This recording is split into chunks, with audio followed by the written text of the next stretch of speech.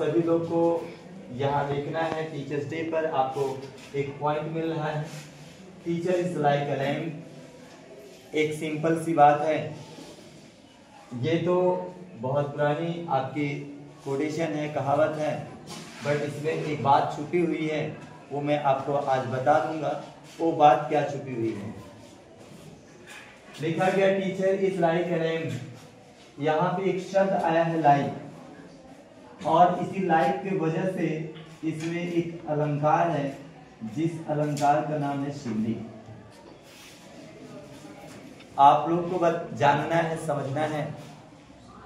आप हिंदी में भी अलंकार पढ़ा करते हैं, इंग्लिश में मैं जब आप थोड़ा सा और बड़े होते हैं, अगले क्लास में जाएंगे तो वो मिल जाएगा, पूरी डेफिनेशन के साथ इंग्लिश में ही मिलता है, कोई हिंदी में नहीं होता है। बट आई थिंक यहाँ पे आपको छोटी सी बात आज समझ जाना है कि ये सिमली होता क्या है। Teacher is like a lamp. जब कोई भी सेंटेंस आपके सामने मिलता है, अगर सेंटेंस में 3 वर्ड दिख जाए, या तो एज दिख जाए, एज या तो लाइक दिख जाए, या तो सो दिख जाए, अगर इसमें से कोई सेंटेंस में दिखता है, साथ ही साथ उसमें 2 चीजों में कंपेयर किया गया हो, टीचर की तुलना यहाँ लैम्प से की गई है। जब कंपेयर किया जाता है और उस कंडीशन में एज लाइक सो रहता है, उसमें आपका कौन सा अलंकार होता है? सिमली। एक बात समझ में आ गई। फिलहाल आपको छोटी सी चीज मैं बता दिया कि जब कोई सेंटेंस आप पाते हैं, अगर उसमें कंपेयर हो, तुलना किसी चीज की किसी चीज से किया गया हो, और उस सेंटेंस में इस तीनों में से कोई एक दिख जाए, जो दिखेगा वही क्या हो जाएगा आपका? अगर दिखता है तो पूरा सेंटेंस में कौन सा अलंकार होगा? सिमली। सिमली को हिंदी में उपमा अलंकार कहते हैं। कौन सा अलंकार कहते हैं? और उसमें क्या होता है? कंपेयर किया जाता है। क्या किया जाता है? जैसे आप कंपेयर करते हैं कि he fought as a lion, या Rana Pratap fought as a lion.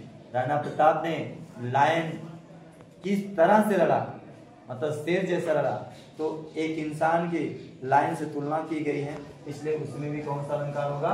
Simli. तो चलते हैं अपने पॉइंट्स पर। जो टीचर का फुल फॉर्म लिखा गया है, आप अपने टीचर्स को आज आइडेंटिफाई कर सकते हैं कि आपके टीचर के अंदर ये सभी क्वालिटीज हैं, तब वो टीचर हैं, अन्यथा की कंडीशन में शायद टीचर हम कहेंगे तब भी ना। ठीक है, टी का फुल फॉर्म है टैलेंटेड। जो जीनियस होता है, ज्ञानवान होता है, आप फुल एक्टिव होता है अपने कार्यों के प्रति, उसको योगी कहेंगे, टैलेंटेड कहेंगे। एजुकेटेड का मतलब समझते हैं, शिक्षित होना चाहिए, अपने सब्जेक्ट का ज्ञान होना चाहिए, साथ ही साथ और भी सब्जेक्ट का कुछ ज्ञान होना चाहिए। एक सब्जेक्ट का, अपने सब्जेक्ट का विशेष ज्ञान, बाकी सभी सब्जेक्ट का थोड़ा थोड़ा ज्ञान, उसको हम बोलेंगे एजुकेट। फिलहाल एजुकेट तो बहुत बड़ा शब्द है, शिक्षित होना वो बड़ा शब्द है। शिक्षित होने का मतलब ये नहीं होता है कि आपको सवाल लगाना आ गया। शिक्षित होने का मतलब ये भी होता है कि क्लास के अंदर आप आते हैं तो आपको कैसे रहना है, आपको कैसे बैठना है, कैसे आना है। सभ्यता के शब्द आपके साथ जुड़े होने चाहिए, असभ्यता के कोई शब्द आपके मुख से नहीं निकलने चाहिए। ये सभी चीजें इसके अंतर्गत आती है, एजुकेट के अंदर आती है।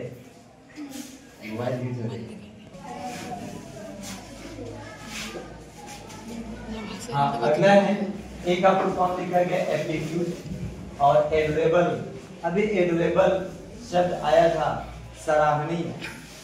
अभी हम लोग पढ़ रहे थे क्लास 9 के ही क्या नाम था उस लेसन का?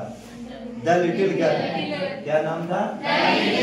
उसी में पापा के बारे में बोला गया था, एडोरेबल फादर ना। तो प्रशंसनीय जिसको कहा जाता है, एप्टीट्यूड क्षमता, मतलब जिसके पास कैपेसिटी होनी चाहिए, क्षमता होनी चाहिए। ठीक है, यहाँ कैरेक्टर लिखा गया है। कैरेक्टर का मतलब आप जानते हैं, चरित्रवान होना चाहिए। और यहाँ करिश्मेटिक लिखा गया, वो करिश्माई होना चाहिए। करिश्मेटिक का मतलब होता है करिश्माई, यहाँ लिखा गया। करिश्मेटिक का मतलब क्या होना चाहिए? करिश्माई, मतलब कभी ना कभी किसी न किसी रूप में वह दिखे, कभी एकदम पोलाइट रूप में दिखे, धैर्यवान, एकदम पेशेंस वाला दिखे, और कभी कभी स्ट्रिक्ट रूप भी उनका दिखना चाहिए, अन्यथा की कंडीशन वो दिक्कत। करिश्माई का मतलब, करिश्मेटिक का मतलब यही है। ठीक ना। अगला है हेल्पफुल होना चाहिए। टीचर को हेल्पफुल होने का मतलब हुआ कि आपके किसी भी तरह की कंडीशन में उनको सहायता करना चाहिए आपकी। और इनकरेजिंग सबसे इंपॉर्टेंट ये है, इनकरेजिंग का मतलब होता है उत्साहवर्धन करने वाला, साहस दिलाने वाला। मतलब आपको नहीं आता इससे नहीं मतलब है, आप करने के लिए तैयार हो जाएंगे तो सब कुछ कर सकते हैं। क्योंकि ये बात कही गई है कि जो बच्चे का मस्तिष्क होता है वह एक कोरे कागज के समान होता है, जो चाहिए सब उसको बनाया जा सकता है। मतलब आपके अंदर एक और एग्जाम्पल के तहत बताया जाता है कि एक बच्चे के माइंड में उस तरह से सभी चीजें भरी होती हैं, बस उसको एटमॉस्फेयर की नीड है, उसको इनकरेज करने की जरूरत है। इनकरेज का मतलब होता है साहस दिलाना, प्रोत्साहित करना और आगे बढ़ाने की टेक्निक देना। आगे है रिस्पॉन्सिबल। टीचर को रिस्पॉन्सिबल होना चाहिए। अगर आप देखते हैं कि टीचर के अंदर रिस्पॉन्सिबिलिटी नहीं है, फॉर्मेलिटी अगर है, तो वो टीचर की क्वालिटी में नहीं है। फिलहाल ये टीचर की क्वालिटी मैंने आपको बताया। आपको खुद किसी टीचर की आइडेंटिफिकेशन तुरंत नहीं करना है, बट अपनी खुद की आइडेंटिफिकेशन करना है एज ए टीचर के रूप में आपको कैसे रहना है। ठीक है, तो हिंदी में पहुंच जाते हैं हम लोग। यहाँ पे लिखा गया है शिक्षक का फुल फॉर्म हिंदी में। शी का मतलब होता है शिखर तक ले जाने वाला, मतलब जो आपको जमीनी स्तर से एकदम जीरो से कहा जाए उठाता है और बहुत ऊंचाई तक आपको ले जाकर पहुंचाता है, वो आपका शिक्षक है। इसीलिए यहाँ शी का फुल फॉर्म लिखा गया है शिखर तक ले जाने वाला।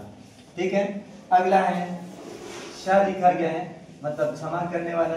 टीचर जैसे आप देखते हैं कि टीचर गुस्सा आता है तुरंत पनिशमेंट दे देते हैं, तो टीचर के अंदर एक क्षमा करने की भावना होनी चाहिए और सबके अंदर होना चाहिए। फिलहाल शिक्षक के फुल फॉर्म में आ रहा है क्षमा करने के भाव होने चाहिए। और का मतलब कमजोरी दूर करने वाला। कमजोरी दूर करने वाला का मतलब ये नहीं कि आप वीक हैं, कमजोर है, ऐसे नहीं है।